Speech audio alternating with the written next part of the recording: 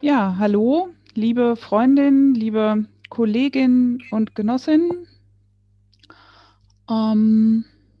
Wir begrüßen euch herzlich zum Livestream der Sozialistischen Deutschen Arbeiterjugend.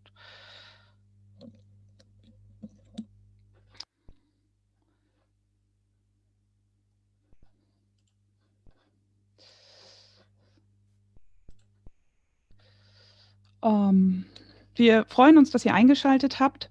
Ein besonderes Dankeschön aber geht an Michael und Jamal, die Genossen der CPUSA, der Kommunistischen Partei der USA, die uns hier heute live aus New York und Washington DC zugeschaltet sind. Hi Michael, hi Jamal. Thank you for having us. Ja, nach ein paar kurzen einleitenden Worten von mir und einem kurzen einleitenden Video werden Michael und Jamal eine kurze Einschätzung der Situation geben. Und danach starten wir wie immer eine Fragerunde. Wenn ihr also Fragen habt oder euch etwas unverständlich geblieben ist, fühlt euch herzlich dazu eingeladen und auch dazu ermutigt, den Chat hier auf YouTube neben dem Video zu nutzen.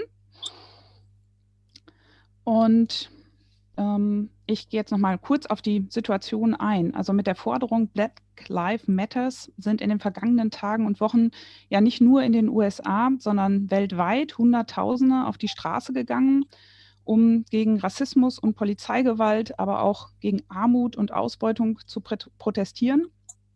Und gerade das Video, wie George Floyd minutenlang die Luft abgeschnitten wurde, ging um die Welt. Das hat uns bewegt und auch wütend gemacht, wie ein Polizist bei seiner Verhaftung mit dem Knie auf seinen Hals drückte und auch nicht abließ, als George wieder und wieder sagte, dass er keine Luft bekomme und vergeblich um sein Leben flehte.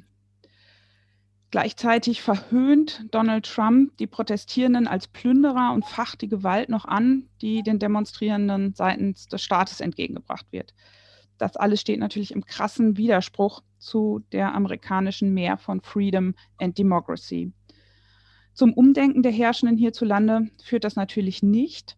Deren vereinzelte Fingerzeige auf die innerpolitischen Zustände in den USA lenken nur ab von den Ursachen des rassistischen Terroranschlags in Hanau zum Beispiel Anfang dieses Jahres, dem gewaltsamen Tod von Uri Jallo, der 2005 lebendig in einer Gefängniszelle in Dessau verbrannte, dem tagtäglichen Racial Profiling an deutschen Bahnhöfen und der Polizeibrutalität unter anderem gegen die G20-Proteste in Hamburg.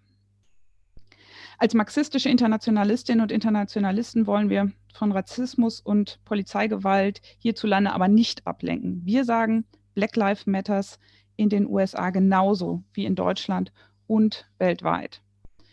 Wir wollen aber auch nicht nur vermuten oder uns von ARD und ZDF erzählen lassen, was derzeit in den USA passiert, was die Ursachen der Proteste sind, wie es um die Lage der Arbeiterklasse dort bestellt ist, was die Genossinnen unserer Schwesterpartei und ihrer Jugendorganisation dort tun. Deswegen sind wir sehr dankbar, dass wir heute Michael und Jamal hier haben, die sich Zeit nehmen und uns direkt aus den USA informieren. Wie gerade schon angekündigt, möchten wir starten mit einem kurzen Video, um euch ein paar Eindrücke zu vermitteln, bevor dann Michael und Jamal auch selbst zu Wort kommen. You about to lose your job. You about to lose your job. Get this dance. You about to lose your job because you are detaining me for nothing. You about to lose your job. You about to lose your job. Get this dance. You about to lose your job. Oh my God. You about to lose your job. Get this dance. You about to lose your job. Get this dance. You about to lose your job because you are detaining me for nothing. You about to lose your job. Get this dance. You about to lose your job. Abolish the motherfucking Minneapolis police!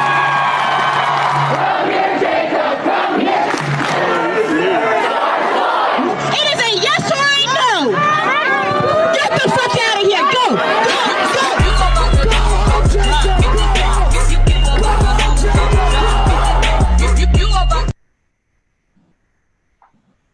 das als ein paar erste Eindrücke. Now, Michael and Jamal, thank you for being with us today. And I think Jamal will start with the first introduction. So, Jamal, I give the word to you. Hey, what's up, everyone? I'm Jamal, based in Washington, D.C. Just want to thank our comrades from Germany, showing some international solidarity in this interesting time during a rebellion happening in our country and in 18 other countries, showing solidarity. So I was asked to speak on basically the history of policing in America and its roots. So so policing is directly tied to the racial capitalist system that we live in. Its links are to the slave patrols that basically caught slaves that were escaping to the north during chattel slavery era and brought them back into their plantations that they worked on. Jamal, let me interrupt you for a moment and give me the chance for first translation, and then you can go on. Ja, also Jamal fängt jetzt an, uns so ein bisschen den Hintergrund zu berichten, wie Rassismus und die Geschichte der USA zusammenhängt, auch mit dem kapitalistischen Wirtschaftssystem. So, go on, Jamal.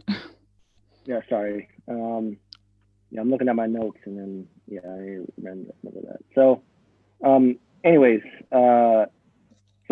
so the police function in society is basically as a tool of social control, and it's built off of slavery and genocide of Africans who were brought over from Africa as slaves, and genocide of indigenous folks in the US. Alright. Also er beschreibt die Polizeifunktion in den USA als eine Funktion auch der sozialen Kontrolle und bezieht sich hier auch darauf, dass es zurückgeht bis in die Zeit der Sklaverei und des Genozids an der afroamerikanischen Bevölkerung. All right. Yeah, and then developing on that, once policing itself was built into police departments throughout the U.S., they were meant for another tool of social control, which was repressing the working class. So basically their tool was to break up strikes at major factories and corporations. Okay, also die Polizei erfüllt eben auch eine Repressionsfunktion gegenüber der arbeitenden Klasse und wird eben auch zum Beispiel gegen Streiks eingesetzt oder wurde eingesetzt. All right. Thanks. So and then on the onsets of the neoliberal era and austerity, basically brought into life by Ronald Reagan and a lot of the monopoly capitalists in America, mass incarceration expanded as a result of his policies and even the war on drug policies of the previous administration of Nixon. Also das setzte sich auch in der liberalen Ära von Ronald Reagan und unter Nixon fort. All right. So to bring it to modern day, majority of America's prison population, who holds the largest prison population in the world, majority of that population is Black and brown, like African American and Latino, and mostly filled of younger folks and folks who are suffering from these policies. Okay, also er weist nochmal darauf hin, dass von den Inhaftierten in den USA überhaupt gibt es in den USA die größte Anzahl an Inhaftierten weltweit, dass davon eben ein überproportional großer Anteil der schwarzen Bevölkerung angehört, auch zum Teil Latinos, und dass es sich vor allen Dingen um junge Menschen handelt. Go on. So the onset of the COVID-19 crisis that has basically brought the whole capitalist system to a halt. It is also affecting these communities that are predominantly Black and criminalized, and the folks in prison cannot socially distance, and they're not given adequate care, and they're thrown in solitary once they contract the virus. So this is another form of genocide, as a lot of us say. Ja, also mit der Covid-19-Krise, die das kapitalistische System erstmal gestoppt hat, also beziehungsweise die Wirtschaft erstmal gestoppt hat. Auch diese Krise betrifft vor allem die schwarze Community und auch hier insbesondere zum Beispiel die Gefangenen, die eben keinen Abstand halten können und entsprechend besonders betroffen sind. Okay? Yeah, so on the notion of, or on the note of the expansion of prisons and policing and criminalization of our communities, basically this is a war on the impoverished, also a war on our education system, and also a war on healthcare, because all of these institutions have been defunded, like radically defunded in the US. And while they have been defunded, the police have been heavily militarized and have expanded in our schools, and our healthcare systems have become more violent towards Black people. I'll just let you translate that. Also es geht einher mit einer Kriminalisierung auch der schwarzen Bevölkerung. Das Ganze wirkt wie ein Krieg oder ein Angriff auf das Bildungssystem, auf das Gesundheitssystem, und es ist eben geprägt von einer zunehmenden Gewalt auch der Polizei gegenüber diesen Menschen und ihren Einrichtungen. Okay? Yeah, so we use the carceral system to basically resolve all of our social contradictions, like the use of drugs, mental illness, and poverty, for example. Ja, also die sozialen Konflikte kommen eben stärker zutage. Es kommt eben auch dazu Kriminalisierung aufgrund zum Beispiel von Drogenmissbrauch und so weiter. Okay? Yeah, so since the 1970s, when one of our old comrades, Dr. Angela Davis, was falsely jailed for some conspiracy in California, she and other Black women and Black queer folk have basically have led the anti-prison movement and anti-police movement in the modern day. Okay. Also nach der Verhaftung von Angela Davis ist davon ausgegangen, die heutige moderne Bewegung für die Gefangenen oder gegen die Inhaftierung und gegen die Polizei. Okay? And along with that, a lot of police murders and the establishment of cameras recording Black people dying at the hands of police in the US has led to a thing called the Black Lives Matter movement, which basically started after the killing of Trayvon Martin and also the Ferguson uprising after the murder of Michael Brown in 2014. Ja, also mit den Morden an Schwarzen und dass diese zunehmend auch gefilmt wurden, trat eigentlich diese Bewegung Black Lives Matters in Erscheinung, und das schon ungefähr ab 2014. Okay? And that movement has grown politically and has developed from reforms such as these reformist ideas such as community policing and expanding the police to be more friendly, to actually abolishing the police in the Black Lives Matter modern political developments. And with that, we hear these calls for defunding police departments across the country and looking for new forms of public safety. Also die Bewegung ist seitdem größer geworden.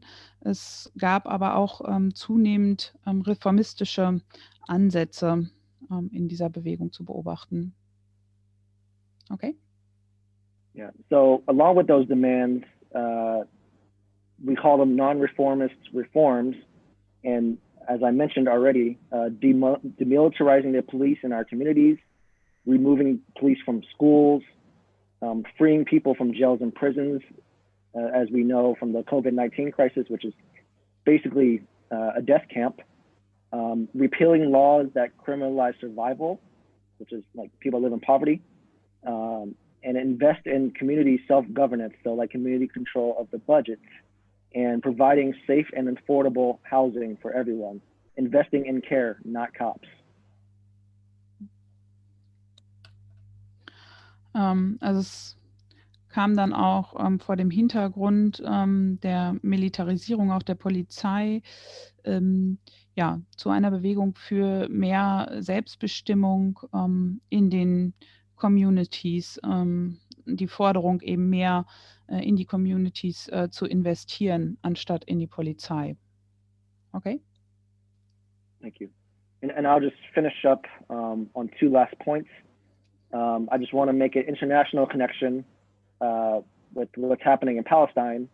The US police are very involved with the Israeli police and military, and there's joint training between these two countries, which heavily criminalizes Palestinians, and it's basically apartheid, modern day apartheid in Palestine, with the Israeli oppression on those people.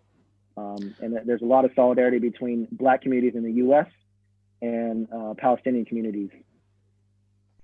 Ja, also er möchte auch noch auf zwei Aspekte hinweisen. Zum einen auf die Verbindungen auch der amerikanischen Polizei zur israelischen Polizei und entsprechend ja, eine Parallele zwischen der Situation der Palästinenser und der schwarzen Bevölkerung in den USA. Okay? And my last point, try to make this short. I just want to mention the work that has been done previously by our party members in the 70s, 80s, and 90s as well, but also organizations that Angela Davis helped found, such as the Critical Resistance, which is led by Black and queer people, and Black women in particular. The Black Youth Project 100, which is a group out of the Black Lives Matter movement, the National Alliance Against Racist and Political Repression, and some other folks that you may know their names, Ruth Wilson Gilmore, and Miriam Kaba. And then just one last thing, then I'll end. As socialists and communists, we do have to decriminalize our own imagination when it comes to addressing harm and resolving conflict, because the whole existence of the prison industrial complex provides the super exploitation that we see in modern day capitalism. So we need to get rid of it. Thank you.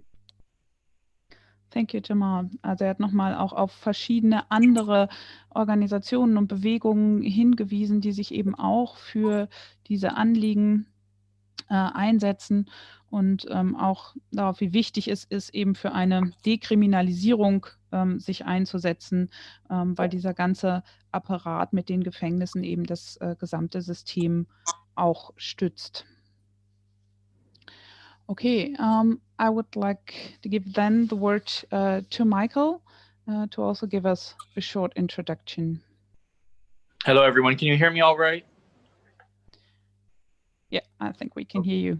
Okay, good. So thank you again for having us today, comrades. We really appreciate it. It's very important for us to get this message out about what this movement, this mass movement, right? It's now international. It's not just domestic here in the United States. It's international. It's important for us to really explain and analyze this movement from a Marxist-Leninist perspective.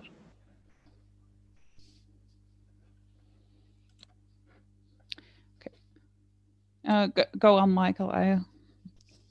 Okay. And so what this movement is basically doing here in New York, so Jamal's in DC and I'm in New York, is it's the people leading these demonstrations. You know, you see these big videos and these marches. These are community organizers. It's not so much that they belong to one organization or another. Many of them, if they do belong to an organization, it's very new and it's a very neighborhood, community-oriented organization. But there is no political party or like mass nonprofit organization leading this movement. And I think that's important to remember. Okay, also er sagt nochmal, dass diese Bewegung wirklich von den Personen getragen wird und eben keine finanzstarken Organisationen dahinter stehen. Okay?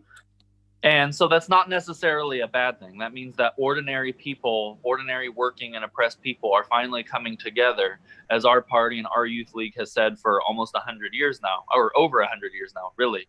It has been that in order for there to be a socialist revolution, they must unite first. The working people, oppressed people must unite first over issues. And they're finally uniting over issues, as Jamal was explaining, such as healthcare, you know, in the midst of the COVID-19 pandemic, and now the fight against racist police oppression, right? And the neo-fascist Trump administration. So those three struggles are being seen as one, and people are finally coming together to lead the charge forward. Genau, also er sagt, dass es eigentlich nicht schlecht ist, sondern dass es wichtig ist, dass die Menschen erstmal zusammenkommen, die arbeitenden Menschen zusammenkommen über bestimmte Themen. Insbesondere sind das eben im Augenblick ausgelöst durch Covid-19, das Thema Gesundheit, die Polizeigewalt und eben auch die Regierung und Politik Donald Trumps. Okay. And so this is a very revolutionary movement because they are not demanding reforms. They are demanding a complete shift and change of the system. Maybe Americans, because we're not educated the way, you know, people are often educated in other countries. We're not told that our system is called capitalism and the alternative is socialism. But whoever they are, they can identify as liberals or socialists or even conservatives. You know, some people who voted for Trump who think, you know, we are living in a racist police state and I was wrong for voting for Trump. People are coming together and they're realizing this system that we have, whatever you call it, neoliberalism, capitalism, fascism, it's wrong and we have to change it. And that's why this movement is revolutionary. Also er sagt, das ist eigentlich eine revolutionäre Bewegung, weil sie eben nicht auf Reformen, sondern wirklich auf eine Veränderung des Systems abzielt. In den USA wird eben nicht darüber gesprochen, dass es sich dort um ein kapitalistisches System handelt und auch nicht wirklich über die Alternativen Sozialismus, Kommunismus, aber dass die Leute merken eben, dass es hier zu einer Veränderung des gesamten Systems kommen muss. And what's really interesting is that the demands that this mass movement is, you know, demanding are actually really in line with the Communist Party program in terms of, you know, what we have been asking for since the 1960s. And our position on policing is that of the Black Panthers and Fred Hampton. And of course, many of the founding members of the Black Panther Party were Marxists. They read Marx, Engels, Lenin. And Angela Davis came out of there. Many of our older African-American leaders in the party were at one time affiliated with the party if they were not members, right, during the 60s and early 70s. And so it's important to understand that when we demand community control, it's not because we think that, you know, a council of white people will make the police more democratic and friendly. We've tried that already and it didn't work. We tried body cameras, it didn't work. We demand community control right now because we understand that that's the first step. That's the first step to defunding the police, disarming the police, and ultimately disbanding the police. Abolition, right? If you're a communist, you believe in, dismantling the state, right? Ultimately, you believe in dismantling prisons. You believe in dismantling the police state, right? And so we have a really good slogan right now in the party, and it's abolition equals communism, right? Because it's one and the same. Okay.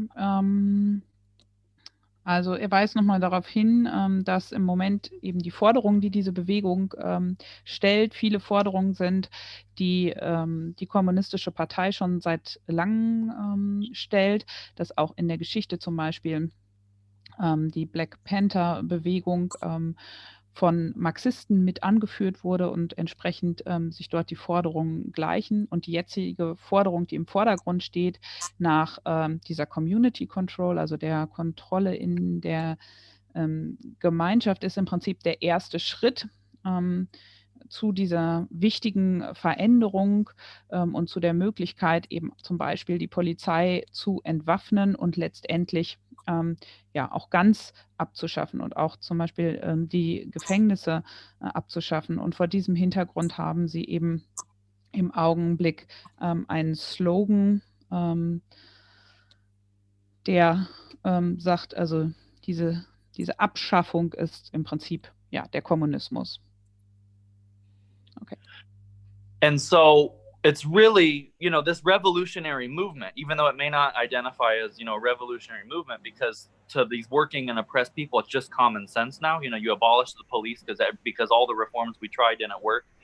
It's really revolutionary because when we go out and march, right, with these people, we just go oftentimes to participate. They see our banner. They see, our banner says, defeat Jim Crow, right? Segregation, defeat Jim Crow's neo-fascist program. They see that, and maybe they don't know, what Marxism is, but they say, whatever this movement is, whatever your party is, that's what we want. And they have asked us on many occasions to lead the demonstration. Put your banner in the front, lead. And so we're seeing a very good response after, as many of you know, the decades of McCarthyist rhetoric and anti-communist sentiment. And we owe that a little bit to Bernie Sanders. He's a social democrat, but he uses the word socialism. So these young people who were born after, the fall of the Soviet Union, they don't have that anti-communism in their head the way their parents and grandparents do. And so when they see the Communist Party, with this slogan and with this anti-police and anti-fascist platform, it's something they can come to. And really, ever since Trump was elected, we have been growing. But also ever since Bernie dropped out of the presidential race, people have been coming to us and saying, no, we want a revolutionary alternative. We don't want reform. We want a revolutionary alternative. On the last note before the translation, I want to say that Gwen Carr, the mother of Eric Garner, who was the first African-American man to die in 2014, saying, I can't breathe, I can't breathe. She is very close to the party. She has come to this building in New York and given speeches before. And Samira Rice, the mother of Tamir Rice, who was killed, he was killed for holding a play gun in Cleveland, I believe in 2016. His mother, Samira Rice, went to the national convention of the Communist Party last summer in 2019. So these mothers, these families come to the Communist Party, not because, we're the only ones around. There's many groups that could help, right? There's, but they view us as an ally because we are there for them. And that's very important. Okay, also er hat angesetzt damit, dass eben die Menschen auf den Demonstrationen die kommunistische Partei auch wahrnehmen mit ihren Fahnen, mit ihren Forderungen und dass sie dort sehr positiv aufgenommen werden, dass sie zum Teil aufgefordert werden, die Demonstrationen eben mit diesen Fahnen auch anzuführen. Geholfen hat ihnen aus ihrer Sicht, dass Bernie Sanders, auch wenn er eher ein Sozialdemokrat war, den Begriff Sozialismus eben benutzt hat und seitdem er sich aus dem Präsidentschaftswahlkampf zurückgezogen hat, hat die Partei eher sogar noch mehr Zuwachs, weil die Menschen jetzt eben zu ihnen kommen und auch Familienangehörige von durch Polizeigewalt getöteten wenden sich an die kommunistische Partei und unterstützen diese auch. Also das ist eine im Moment sehr positive Entwicklung, die Sie da beschreiben. Okay. And it's very important to also emphasize that, you know, our movement is growing, our youth league is growing, particularly here in New York, Virginia, Ohio, Connecticut, right? We're going to eventually expand it into Colorado and Texas right now. We're in a stage of regrowth, right? Our party and our youth league did not have a whole lot of growth, you know, from the period of the fall of the Soviet Union to when Bernie Sanders presented himself as a candidate. But ever since Bernie presented himself as a candidate in 2015, 2016, and Trump won, and now we have this crisis, the pandemic, and the fight against racism and fascism, we have been growing nonstop. And our youth league here in New York especially has been very mobilized in being there and helping the victims of the coronavirus pandemic. We have been doing mutual aid, you know, buying groceries for our neighbors and our communities. We have been going to the jail a couple mornings every week for jail support, you know, so when protesters are arrested, they don't have to be affiliated with our party, they don't have to be leftist, but when protesters are arrested and they're released the next morning, we are there with baby wipes, disinfecting wipes, to, you know, clean them because coronavirus is in the jail cells. We're there with food, with water, you know, coffee. We try to help wherever we can. And when we go to these demonstrations, we're also making sure that we have masks. You know, we give masks to all the other demonstrators around us to make sure everyone's safe and that we can continue this movement, not just to protest against racism, but to fight the fascist danger that the Trump administration poses. We can't stop marching now. We have to continue to defeat fascism and to build a mass movement for socialism. Also beschreibt nochmal, dass ihre Bewegung eben gewachsen ist, vor allen Dingen auch ja, seit 2015. Und dass sie jetzt in der Krisensituation wirklich für die Menschen auch da waren, geholfen haben, zum Beispiel durch Einkäufe für Erkrankte, aber auch viel für die Gefangenen getan haben, auch jetzt bei den Demonstrationen, wenn Protestierende festgenommen worden sind, diese am nächsten Morgen, wenn sie wieder aus dem Gefängnis entlassen wurden, versorgt haben, auf den Demonstrationen auch selbst Masken verteilt haben, ja, um einfach die Demonstranten auch zu schützen und diese Bewegung zu stärken, weiterführen zu können gegen die faschistischen Tendenzen und sie weiterzuentwickeln zu einer sozialistischen Bewegung auch. Okay.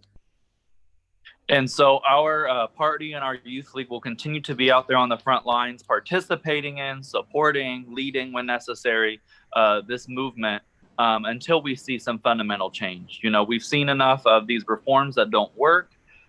We understand that the elections coming up are not about Joe Biden and Trump. It is not a personality contest.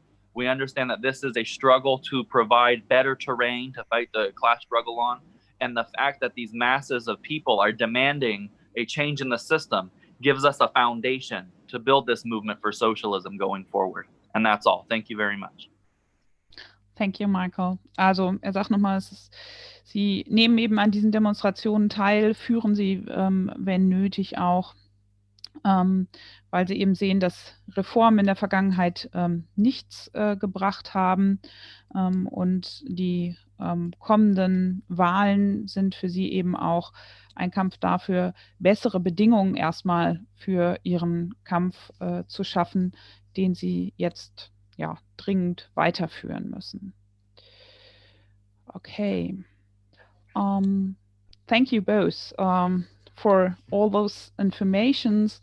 We can now come to the questions, and I will have a short look at the comments we have. So we can see what our viewers would like to know. One question I would like to ask is, you already said something about the situation of Black Americans. And we also noticed here in Germany, we got the information, there are a lot more deaths among the Afro-American population, and also unemployment rate is much higher.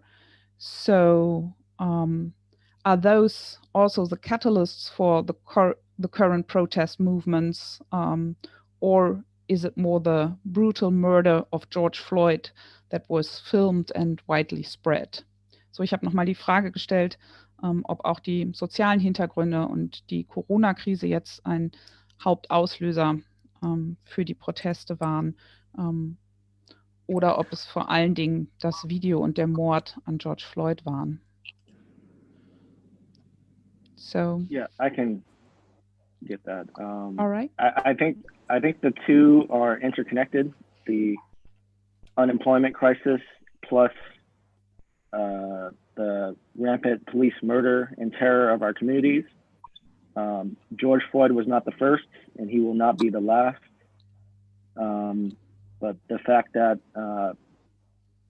I think this moment where the police officer kneeled on George Floyd's neck for, over 8 minutes while he was screaming, "I can't breathe," and it was calling for his dead mother while he was losing his own life, was a part of this combination of things happening. It was probably the tip of the iceberg, as one would say it. But yes, the midst of the pandemic, which has been killing thousands of Black people across this country, and also has been putting millions of Black people out of work. And then on top of that, rampant police murder in the midst of this crisis has brought it to the tipping point, and people want something different and want some change now in this country for Black people. Okay, also er sagt, er denkt, beide Dinge hängen zusammen.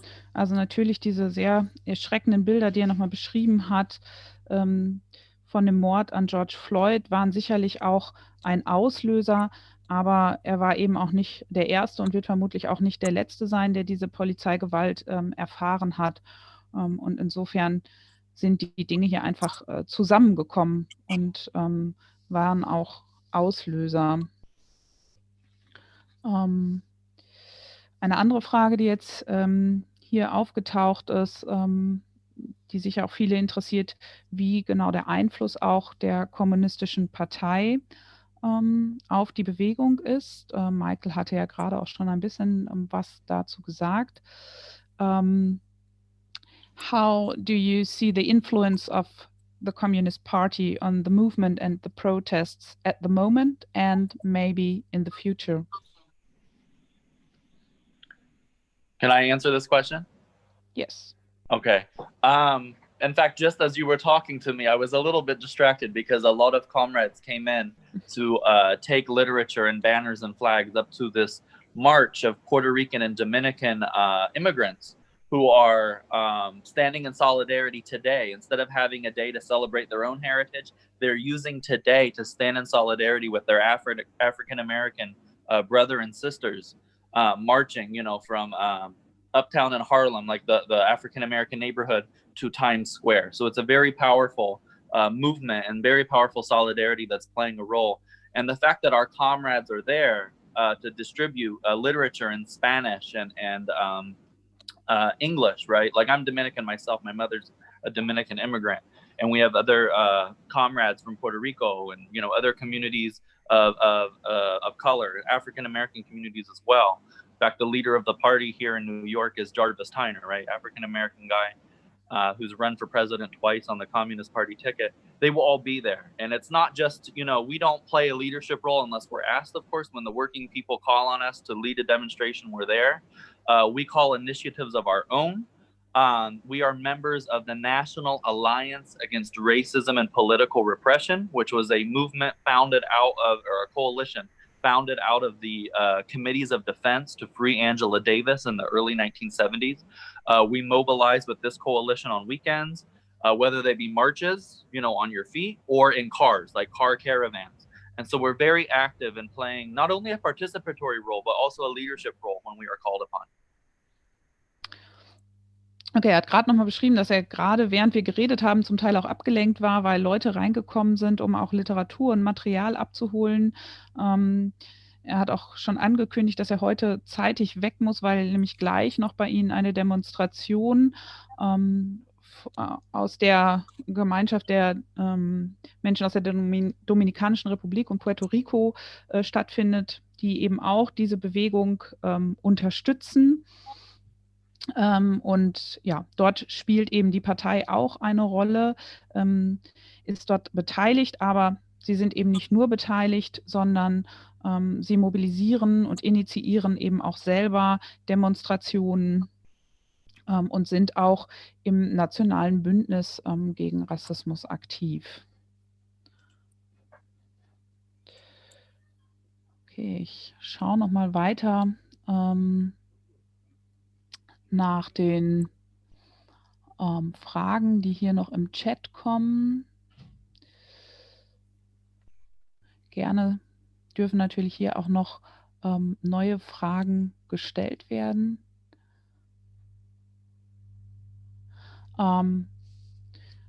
Okay.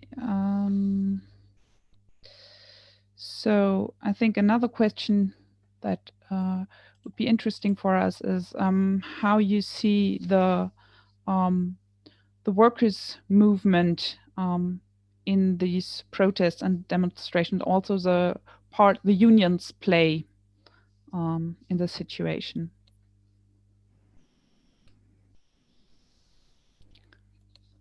Could you tell us about this?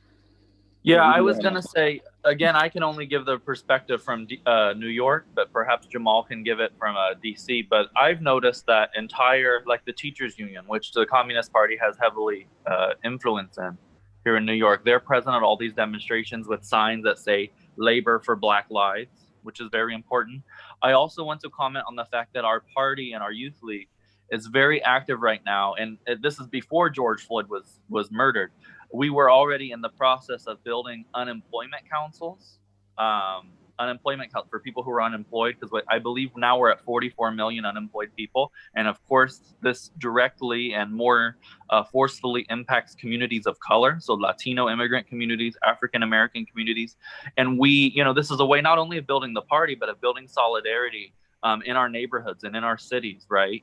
Getting these people together to fight for unemployment benefits.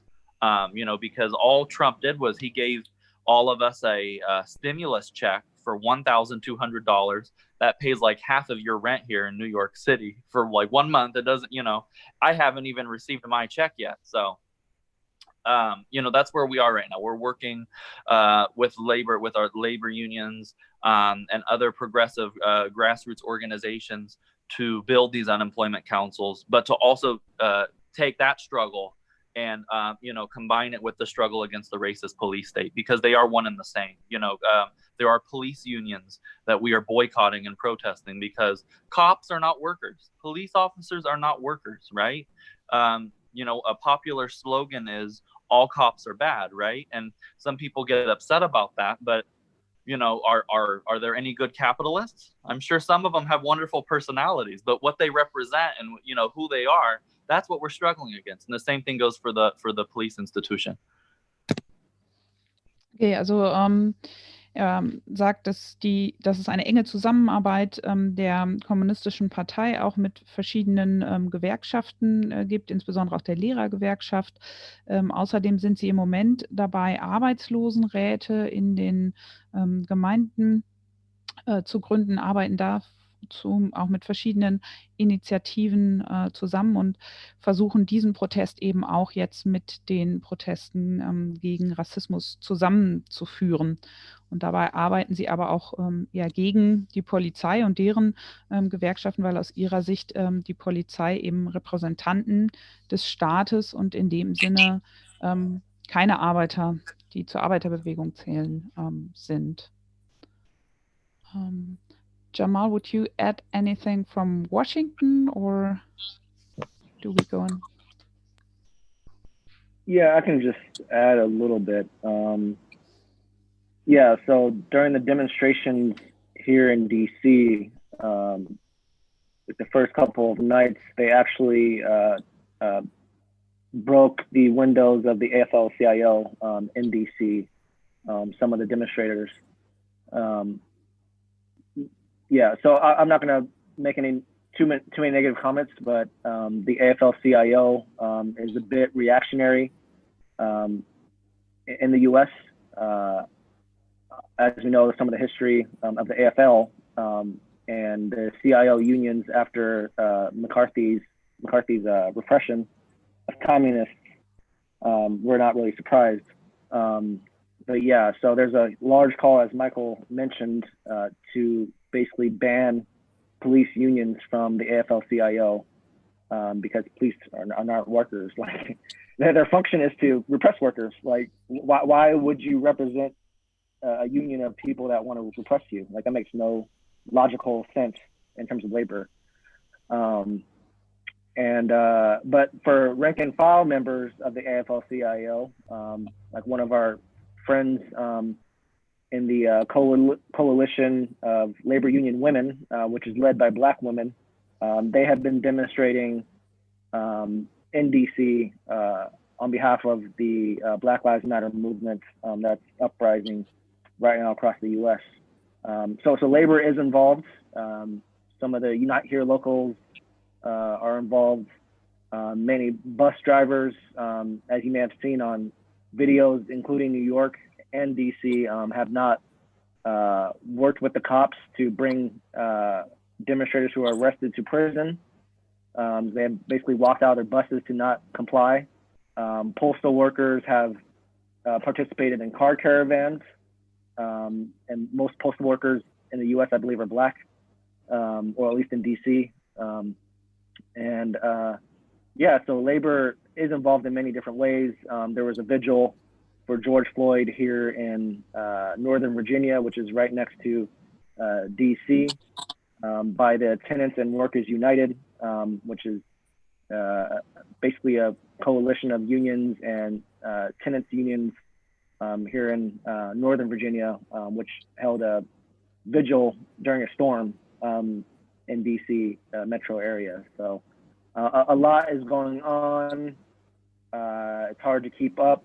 I'm sure we can say that you can say the same in Germany, but this movement won't go anywhere unless the working class is in leadership, and also the leadership is led by mostly like oppressed people, and they respect that leadership because it has to be a coalition of folks, like a united front, to defeat the fascists that's in the seat in the White House. And we need to move forward for justice in this country. So, leave it there. Thank you. Also, er hat auch nochmal beschrieben, dass eben verschiedene Arbeiterbewegungen bzw. Gewerkschaften auch beteiligt sind, hat einige genannt, wie auch Frauenbewegungen. Busfahrer haben sich eben zum Teil geweigert, Gefangene zu fahren, und dort gibt es eben viele Verbindungen.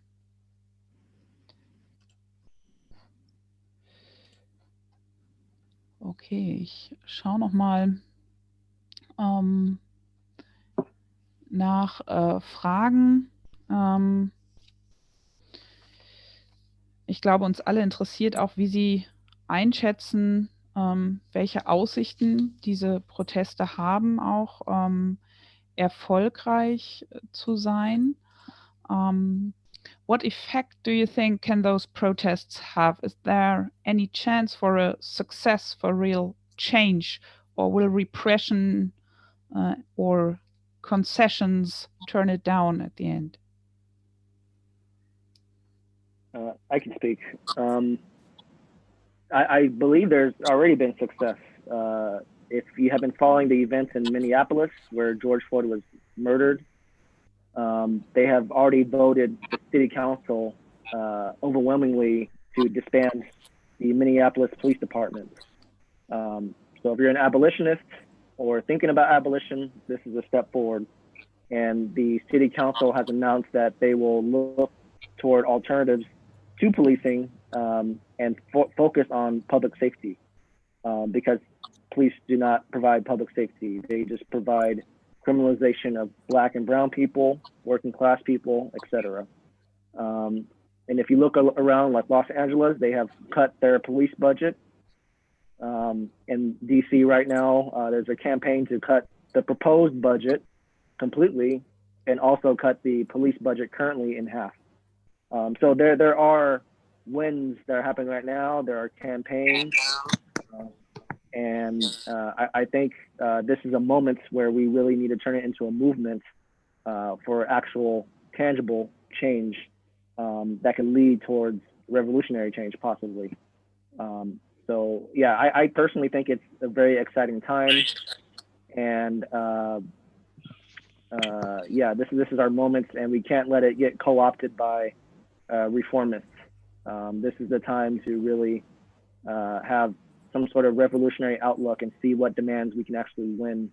And just to finish, if you have not been following the New York Times, which is a typical like neoliberal capitalist newspaper that supports imperialism, they have been opening a space for these organizers that are organizing around these demands. Mariam Kaba, for example, just had a piece about abolition. Michelle Alexander, the author for the new Jim Crow, just had a major piece last week that came out, and other academics and organizers have been writing. And this is not a newspaper that typically has these type of pieces. Typically, they're very pro-capitalist, pro-imperialist, and now they're actually opening up a space for folks that are abolitionists and communists. So I think those are very interesting and exciting developments. Okay, also er hat zunächst darüber berichtet, dass es in einigen Staaten oder Gemeinden schon erste Erfolge gab, wo die Polizei eben beschnitten worden ist. Insbesondere auch, dass der Etat für die Polizei gekürzt worden ist. Aber dass es natürlich darauf ankommt, diese Bewegung jetzt auch voranzutreiben, um wirkliche Veränderungen zu erzielen. Als einen Teilerfolg sicherlich dieser Bewegung hat er beschrieben, dass die New York Times, die ja nicht dafür bekannt ist, Meinungen zu veröffentlichen, die sich eben gegen dieses System, gegen die kapitalistische Wirtschaft richten, Platz zur Verfügung gestellt hat für Akteure aus der Bewegung, die sich dort eben äußern konnten in verschiedenen Artikeln. I wanted just to say one thing on that note, and it was that yesterday I attended a protest, and there was kind of a liberal, pastor, evangelical Christian Protestant pastor there leading it. He was African American, and he said something. He's not a communist. He's just a Democrat, probably. And all he said was, Joe Biden and Nancy Pelosi and the leaders of the Democratic Party, yes, they're the electoral alternative to Trump and the Republicans, but they are police officers too until they can prove to us otherwise. So yes, they will defeat Trump in November. That's what this movement is aiming to do. But it's not because the Democrats are good and they're perfect. They're going to be held responsible. And that's what's really encouraging and inspirational about this movement, that it's going to keep on marching even after Trump is defeated for something more revolutionary and permanent, as Jamal was saying. Okay. Also Michael hat nochmal berichtet von einer Demonstration gestern, auf der ein Pastor gesprochen hat, der sicherlich kein Kommunist, sondern eher einfach ein Demokrat war, der aber darauf hingewiesen hat, dass mit einem möglichen Sieg von Joe Biden über Donald Trump bei den Wahlen das Ganze eben nicht erledigt ist, dass letztendlich auch er die Polizei repräsentiert und dass er erst beweisen muss, dass er eben wirklich Veränderung will und dass die Demonstrationen auch so lange weitergehen werden. Okay, die beiden hatten uns gebeten, etwas früher Schluss zu machen, aufgrund der Aktivitäten, die heute für sie noch anstehen. Insofern würde ich mich jetzt bei beiden bedanken. well, you asked to finish early, so you can participate in the demonstrations today. So thank you very much, Michael and Jamal, for joining us today. We very much appreciate the impressions and information we got from you.